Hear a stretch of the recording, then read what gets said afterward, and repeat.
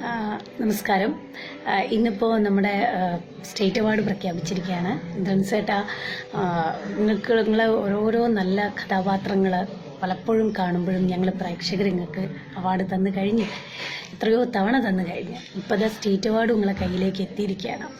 മനസ്സ് നിറഞ്ഞ് ഹൃദയം കൊണ്ട് അഭിനന്ദിക്കുന്നു. ഒപ്പം നമ്മുടെ പാർവതിക്കും രണ്ടാമത്തെ തവണയാണ് പാർവതിക്ക് സ്റ്റേറ്റ് അവാർഡ് കിട്ടുന്നത്.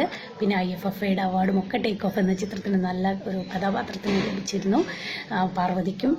പിന്നെ ലിജോ ചേട്ടൻ, മഹേഷ് നാരായണൻ ചേട്ടൻ, പിന്നെ അർജുനൻ മാസ്റ്റർ, സിത്താര ചേച്ചി, ഷഹബാസ്ക തുടങ്ങി എല്ലാവരുടെയും കൂടെ പേരെടുത്ത് പറയാൻ പറ്റുന്നില്ല. അവാർഡുകൾ വാങ്ങിച്ചിട്ടുള്ള എല്ലാ കലാകാരന്മാർക്കും മത്സരിച്ച കലാകാരന്മാർക്കും ഒക്കെ ഹൃദയം നിറഞ്ഞ് അഭിനന്ദനങ്ങൾ അറിയിക്കുന്നു.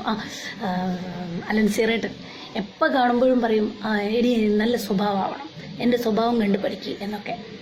എന്താണെങ്കിലും അത് അന്വർത്ഥമാക്കിക്കൊണ്ട് ഏറ്റവും നല്ല സ്വഭാവ നടനുള്ള അവാർഡ് ലഭിച്ചിട്ടുള്ള എൻ്റെ കൂട്ടുകാരൻ അലൻസിറേട്ടനും ഒക്കെ സ്നേഹപൂർവ്വം അഭിനന്ദനങ്ങൾ അറിയിക്കുന്നു. കൂടാതെ ഇന്ന് വേൾഡ് വിമൻസ് ഡേ ആണ്. പ്രസ് ഫോർ പ്രോഗ്രസ് എന്നുള്ള ക്യാപ്ഷനോട് കൂടിയിട്ടാണ് ഇത്തവണ വിമൻസ് ഡേ ആഘോഷിക്കുന്നത്. അപ്പോൾ